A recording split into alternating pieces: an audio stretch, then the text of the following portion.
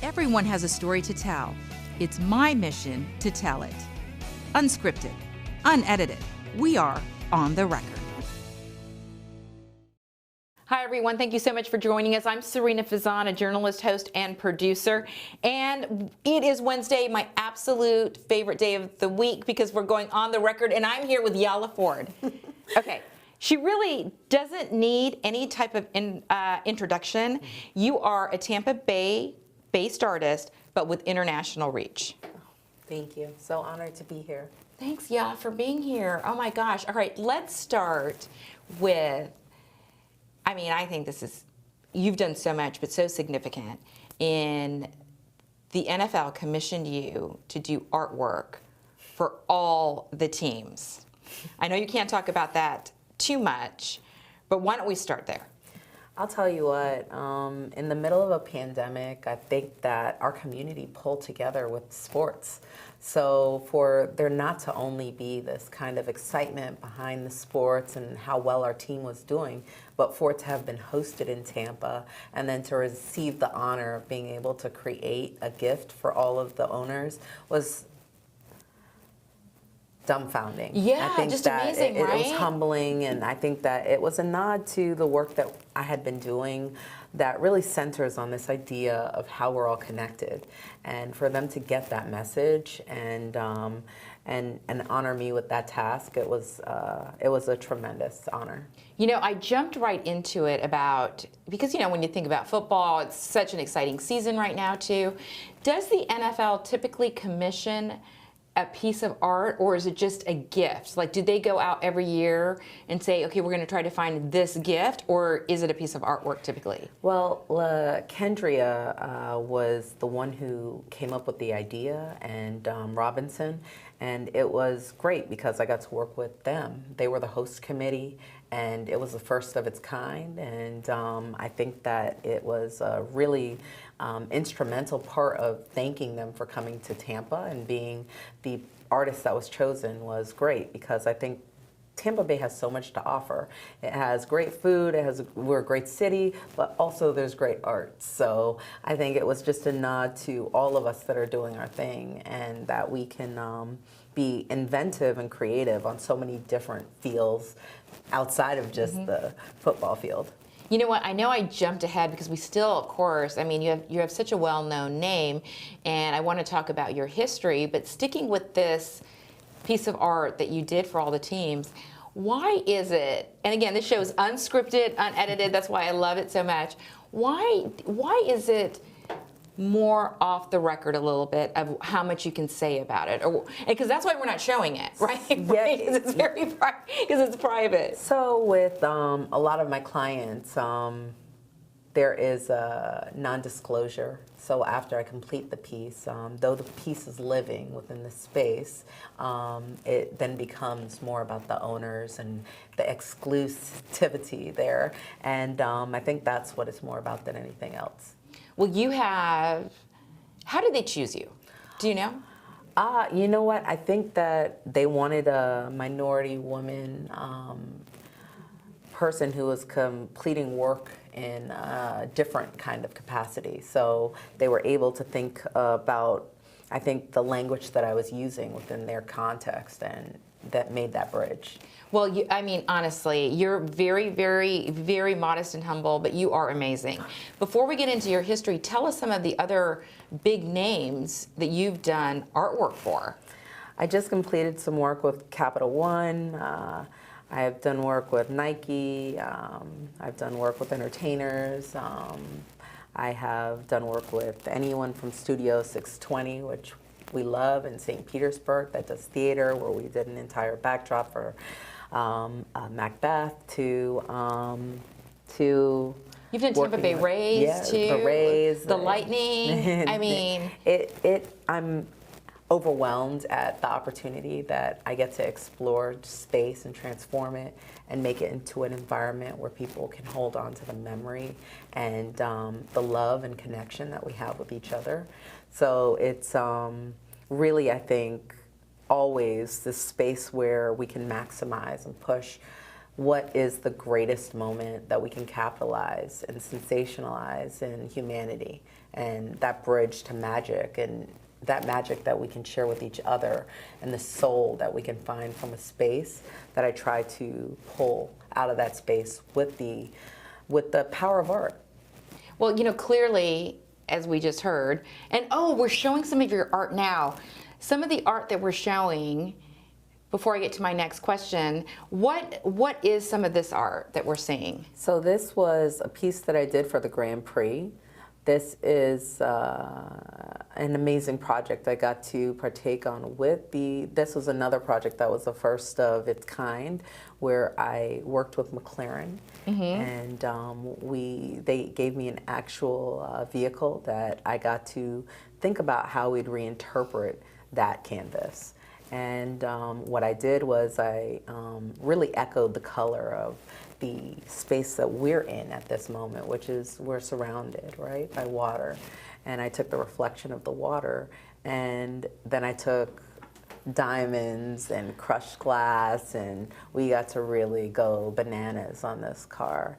And it's a Formula One car, and it was, again, a lot of these things, it's the first of its kind, where people push. I find that art gets to push the parameters and boundaries of our current ideological thinking, and we get to kind of explore different space and how we can take it to another level. This particular piece. Yes, which one is this piece? This is the St. Petersburg History Museum. This is one of the next spaces that we're going to unveil. I'm doing the entire wraparound. This is on the waterfront of St. Petersburg History Museum, right behind the pier, so it's actually going to be the entrance to the pier.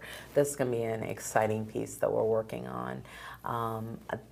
One of the pieces that I created for the Grand Prix, you can actually find at the Ringling right now. Oh, that's fantastic. So it's going to be on display in the Ringling Museum, where I did an entire installation there, but we included that piece because it was kind of this historic moment where we got to create that piece that was really all about that, where I took the shape of the racetrack, I pushed it into a geometric form, I stain dyed it from behind, I used pigmentation from the McLaren colors, I incorporated and indoctrinated a different space with it, and we got to do creative things with that. How long did it take you to do a piece like that? All pieces that I work on, there's a lot of variables. So when I'm working with canvas, I'm using both sides of the canvas, I'm creating my own pigmentation, I'm pushing that paint from the back side to the front side. You saw one of my pieces, so you see that I'm working on raw canvas, very much like the abstract expressionists in the 60s, where they're trying to redefine this moment of art and how you can push materiality. And I think that the part that was so exciting to me about that piece, and when you asked me how long you created, and by the way, that's the Ringling.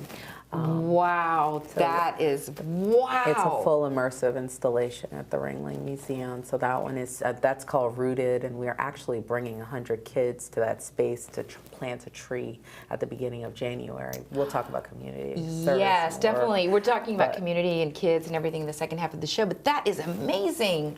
But answering your question from before, it takes me various times to complete. That particular piece took me about 3 months because I'm putting it outside after stain dyeing it. I'm letting it rest with the environment and really soak up the environment. I'm letting it stain in there, and then I'm bringing it back in, and I'm adding more colors. So the process is really robust, and sometimes it's longer than others, but each piece has its own kind of timing. How many pieces can you work on at a time? Is it just one piece at a time that you try to complete? So I'm always working on at least 8 to 10 pieces at a time. Right now we're in the middle of about 7 projects. Where we're doing anything from jewelry to large-scale sculptures to painting. So it's just all the way, over the place. It's the way my mind works. It's kind of chaotic order. Well, you know what? I want to tell the viewers, oh, what is this piece, though, as we show this piece? And how big are these pieces, yeah? So this is about 30 feet in the air. This is something that you can, it's this idea of you being at the bottom of that 360-degree circle. This piece is going to be up in Colorado, and it's going to be the entrance of a new development there. This piece is a combination of mixing the old with the new, and where we can actually think about where we came from and where we're going. My artwork always tries to kind of combine, you know, our past, those ancestral whispers, with looking forward and how we can improve and make a better space for humanity, and kind of those connecting blocks that come between, and how we can always recognize what happened in our past, but always while looking and glaring forward to a brighter future. Gosh, the messaging is just beautiful. So with big pieces like that, do you have some help? So yeah, those are really big pieces. Yeah, there's a team of 10 of us right now, and my larger studios in Maine. We have another studio up in Van Buren, Maine, and so a lot of our larger construction happens there, and we send them out from there. This is a piece in Orlando. Wow. So I love this piece because it's all about nesting, and I think we all are a part of one giant nest. And I think if we think of birds that go to flight, and that a bird will fly out and then bring their young, anything that they find in the universe, I think that we all could work like that. That's so inspiring, your words. And I have to say, so we met, speaking of community and everything, so Rita Lohman, who, the president of Pilot Bank, she's beginning a new chapter, invited me to the bank where you unveiled a piece. But this is so much about your community involvement. Because and as you know, Rita's been on the show a couple times now, she said that never in a million years ever did she think that she could get a piece that you did for Pilot Bank, which is, again, is a community bank, and you agreed to do it. Well, first off, Rita is not only a genius and an amazing inspiration, but she is also so supportive. So how could you not support someone who is the most supportive person that you've ever met? So it was an obvious yes for me, no matter what. And how you make that happen is, it was easy because we could partner in anything. I think that when you're dealing with inspirational women such as yourself, Rita, thank you. It's always going to be yes. I think that's how we give back to each other, and how we smile and lean on to the people who've helped us in the past, right? So it was not only an honor to put up that artwork that really was all about, very symbolic to what it is that she's done in the community, what it is the bank is doing for the community, and what it is that economics does for everyone. And I think that taking the shape of our community and the people they're serving and being able to represent that within geometric form, but then so that people can live with that in their day-to-day transactions. What it means to a bank account is very personal. However, what it means to someone's economic status is really, I think, something that we can all learn from. Right? Right, absolutely. And I love to be able to be a part of that, so that we can think about how we could share in that capacity. And the messaging, honestly, the larger messaging, which of course, absolutely 100% what you said, but the larger message is why I wanted, Rita was on Inspiring Women, as you are on my sub-series, because no matter how busy you are, and no matter all these major clients that you have, you still made time or found time to help your own community. And I think that says a lot. It's so important. I think that we are the foundation and the building blocks of what makes the structure. And if you build a proper foundation, that's when you're going to see what you put in implemented so much further down the line. And so I see it as an instrumental task of all of ours, for us to look out for each other, for us to know that we're building other people up, for us to know that all of us have the propensity to say yes. All of us have the propensity to help each other, to love each other, and to see the best out of what someone else is doing. So I was just a part of her vision, and I love to be that part. I love to share in that vision, and I love to beam in that light. Well, we're so blessed to have you in this community. And I started backwards, of course, because we were talking about all your, but we're going to go to a break because I want to talk about your history. Like, you're not even, this is not where you were born. You were born in a different state and how you got started. So stick with us, everybody. We'll be back right after this. Everyone has a story to tell. It's my mission to tell it. Unscripted, unedited, we are on the record.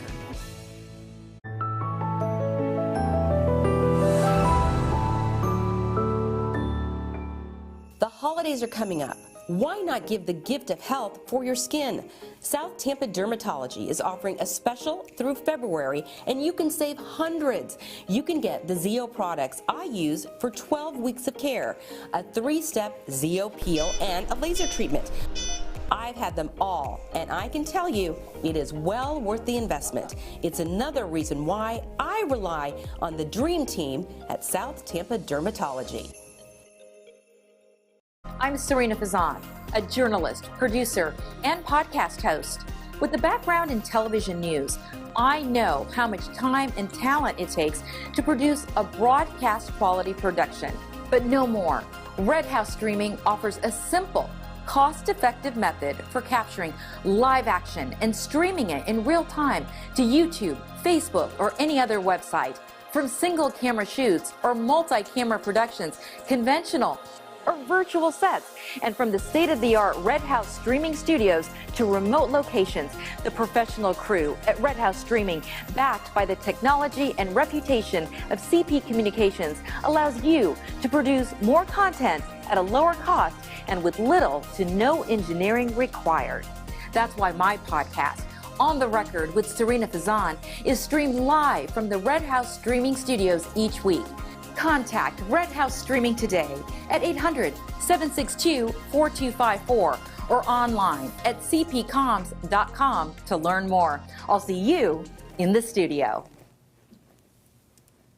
Hi guys, welcome back. I'm here with Yala Ford. What an honor for me. Tampa Bay based artist, of course, with an international reach. We've been talking about some of your amazing projects that you have done. I mean, from the, we talked about the NFL, we shared some of your pieces. So if people are joining us late or you're going to look back at the show, I would highly encourage you to look at some of the amazing work. Or, it's on podcast too. So if you're listening to it in the car, you guys need to go back and watch it on YouTube or Facebook. But yeah, I started backwards. So tell us how you got started. Did you always know that you wanted to go into art? So I absolutely think that artists are born artists from a very early age. So kind of before this, my great-grandfather is the most well-known artist from Jamaica. You're kidding? Yeah, John Dunkley. So that was all around me growing up. I'm Jamaican, a first-generation Jamaican. So my parents took us to New York, which is where I was born. And from that point, we were inspired by the culture, by the excitement. I think New York is an amazing place to start. And from there, we moved to Florida, South Florida. I went to FSU for undergrad, University of Florida for law school, and then I know you're brilliant too. I know, she's brilliant. She's brilliant. And then I got my master's of fine art from Boston, and from that point, that's when I really began creating.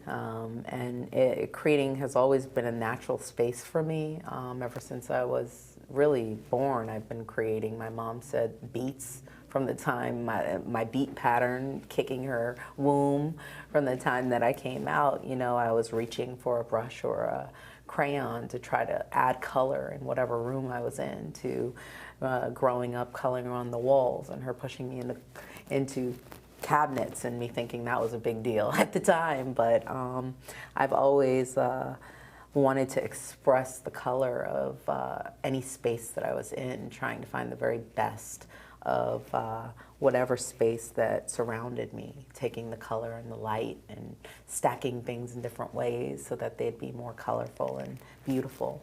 So you didn't move to Florida then until Till later? I was 15. 15. Yeah. So when did you start creating art though? Did you always start creating art when you were younger? I did. I gravitate. My mom will tell you I gravitated to art very early. So I crawled to pencils and papers and crayons, and that's always what took my interest, for sure. So you know how you hear the term, we often hear the term starving artist, Yeah. right? Yeah. So how did you get your first break? Or did because of your grandfather's influence, did that help? You know, it's interesting. I think that I don't even think of life through break. I work really hard, and when you do authentic work and you stay true to who you are, your message, my first instinct was creating artwork that could live in a museum but also be appreciated by the community. So it was natural for me to start doing murals outside. My muraling outside, though, was really so that the people could enjoy what I was putting in museums.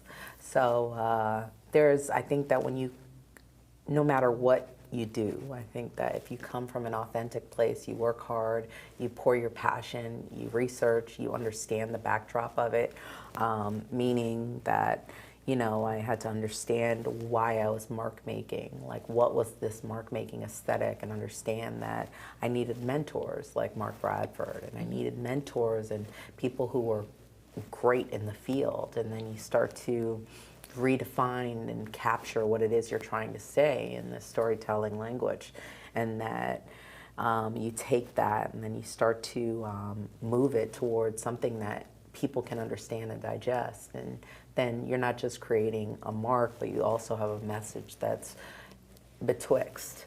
And I think that it's just been a process of tirelessly working, and it's filled with, ups and downs. It's not everything I ever wanted, but the way that I reinterpret it is that all these doors that have opened for me really just came from it's just a part of the narrative, and that you are constantly telling a story that you want to make sure impacts humanity from a very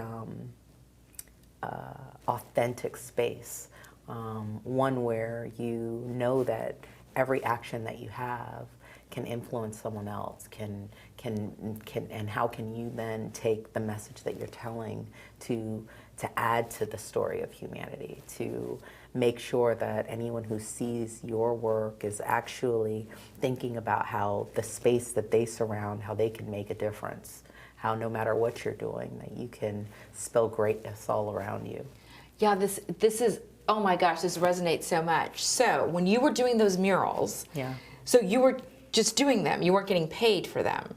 So the murals that I do get paid for them. Now you get paid, I'm sure. But like when you first started, were you just like painting? So no, we have amazing sponsors and people who believe in us that I think that always valuing yourself and the work that you do. I always tell artists that it's probably not a good place to start doing their work for free. Because when you said you didn't, and I didn't mean to interrupt, I'm so No sorry, problem, no but when you said, I don't believe in getting a break. Yeah. That, okay, so can you expand on that? Sure, expand on, sure. like, So, and I love what you said that, because we have talked about various strategies and Yeah. things on the show, that also to value yourself, and you need to put yourself at a certain level. Yeah. So in your words, I'd love to hear it. So I think because I was an attorney first, right? And I had access to different business transactions and qualifications and different experiences in life. When I approached art, it was really from a different perspective, right? So there's the creativity and then there's the business, right? But I think every human is the whole pie. It's not one moment that created who you are. I think that my moment started from the time I was born in Bronx, New York, and the hard work ethic that my parents put inside of us, and watching my parents work so hard in order to support us. My siblings and their successes as well. My brother's a doctor, my sister is a lawyer, my other sister's an anthropologist. Wow. And you know, just the strong roots that we come from, and then we start to grow, and then you have community, and then I have amazing friends, I have an amazing husband, I have amazing 2 children. All this is a part of that pie, right? So all of this is what enriches me and allows me to grow and to be able to create artwork that then can lend onto someone else and give someone a different lens in their life. So everybody has their different way of getting to where they're going. I think life is a beautiful, beautiful stream, right? Mm-hmm. Where it may bend this way, but then flow with it, right? And then at the other side of the bend, it may be a little rougher. And then there's going to be smooth dips in life. And I think that life is so ebb and flow and beautiful when you let it, when you see it from that context.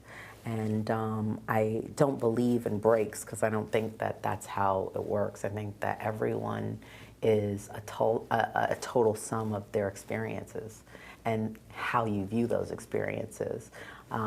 Whether the glass is half full or half empty, I think that's a choice. I think that my experiences and my opportunities come from my will, and that I actually believe I'm ready for them, and I think that all of us are. And the output that you can have as this conduit to love, and this conduit to giving everyone peace, or this portal that they can go through in order to find that space that they're looking for, is really my goals in life. So when I look at, you know, where I've come from or where I'm going, it really is very ebb and flow for me. I think there's no answer for anyone. I think it's really accepting who you are, what you've been given, the deck of cards that you've been given, and how you decide you're going to interpret them and how you're going to go forward with it. So you make your own breaks. I believe that. So for people out there and young artists out there, so what advice would you give them? So would you say, here's my art, as you said, seek sponsors, or how do you sell your art? How do you do it? So I think it really boils down to you believing in yourself, A, and B, being authentic. I think it took a mentor to tell me, yes, you love Rothko. I get it. You like these lines. You love this environment that he's creating. But what is it that you want to bring to the table? And that's when I had to rethink and revisit my idol in art and change it and transform it into what it is that I had to do. So I think creating your own purpose, understanding your own language, and then sharing it with the world. And I think that being generous is really important. I've always been generous with my time. I've always been generous with my talents. That's why I teach. And I'm a 3rd generation teacher. And my mom, the 2nd grade teacher, my dad, an engineer, and my dad taught me to be generous with your gifts, where you don't keep them, you don't hold them, but you share them with especially kids. Kids are my passion. So I will take my, like I mentioned, we're going to take 100 kids to the Ringling, where they'll be able to explore art, the art making aesthetic, and then sow a tree, literally plant a tree into the grounds, where they'll be encouraged to go back and visit as they grow over the years, so they can see how they've rooted their own spirit in that space and how they can grow, and watching their growth, passing it on to their child, passing it on to their nephews, their aunts, and showing them that art and hope can coexist. That literally gave me goosebumps, because the tree will grow and they will be able to watch it grow. So you are very blessed, because you're so, again, modesty aside, so multi-talented. You have a law degree, you have a lot of higher education, so you understand the business aspect as well as the creative aspect. For sure. So someone like me, for instance, I mean, Listen, the whole crew will tell you. When it comes to the business side, oh my God, I can't even figure out an Excel sheet. Honestly, like, and then I sit at the computer and I get. What advice would you give to someone that maybe does not have business savvy? You know what? Everything is so learnable right now. I think you can decide what you want to learn, and all the things you can't learn, other people can help you. And let go and be unapologetic about it. You can't be good at everything, but you can be good at a lot. Utilize your community. That's it. Utilize your community. And I think that's when you pass things along. I think that's the gift of life, figuring out what you're able to do it well, and gifting other people with opportunity. Oh my gosh, Yella Ford, we could talk for so long. That's why you have to come back on. I have multiple shows where I want you to come back, okay? Victor, your husband, for Love in America. I think your dad has to come on A Father's Influence. And then maybe get your grandfather on as well. Is he still with us? No, he's not. My great-grandfather, but his work lives on. Yes. And that is, I think, an incredible testimony to leave behind. Well, you also need to come back for kids in the community, because we should talk about that too.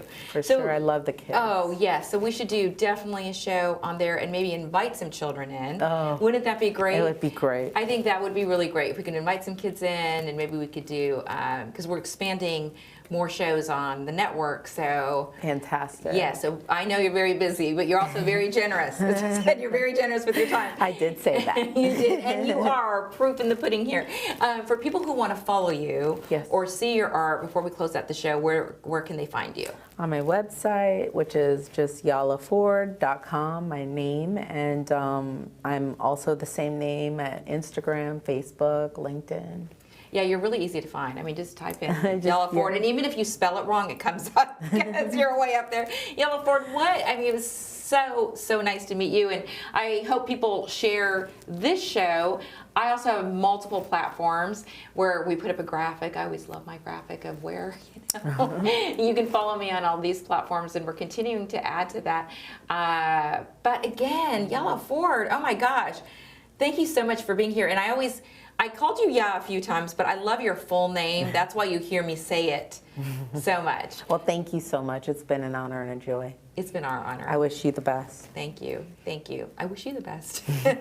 And we wish all of you the best. Have a great day, everybody. And we'll see you on Friday for another Love in America series. Bye.